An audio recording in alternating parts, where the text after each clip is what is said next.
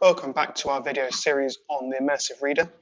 We are back in Microsoft Word and I'm using the same story as we did last time.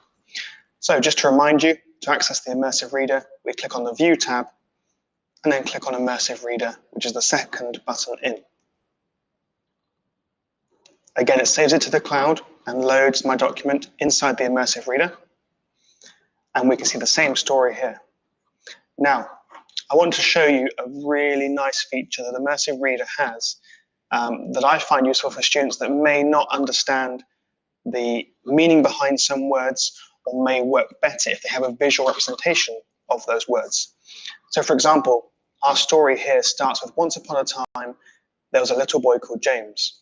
If I click on the word time, I will be given a picture of a clock to state the time. If I click on the word little, I get several representations of what little could be. If I click on the word boy, I'll get a picture of a boy.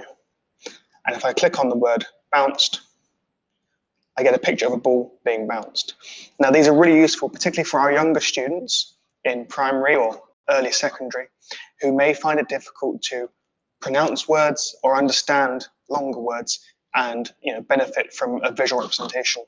As a bonus, if they click on the speaker next to the word, that word will be read to them very clearly as many times as they want to. Another feature that I mentioned in our first video was the colouring of certain words. And if we click on grammar options, we can see what that means. So here, I've ticked the verbs tab and I've ticked the adjectives tab. And in this case, my verbs are red and my adjectives are green. I could also show my nouns, they're purple, and my adverbs, which are yellowy brown. If I'm not sure as a student, or if I'm teaching this in front of a class and I want to show what those words are, rather than just relying on colours, I can show labels, and I have V for verb, N for noun, and so on. Now this makes it a really useful tool in the classroom, particularly projecting onto a board or sharing our screen via Teams if we're remote, for students to be able to recognize what those words are, not just in English, but also through embedding in most of our lessons. I tend to turn most of them off, and I tend to keep verbs and adjectives ticked, which is, I believe, is the default.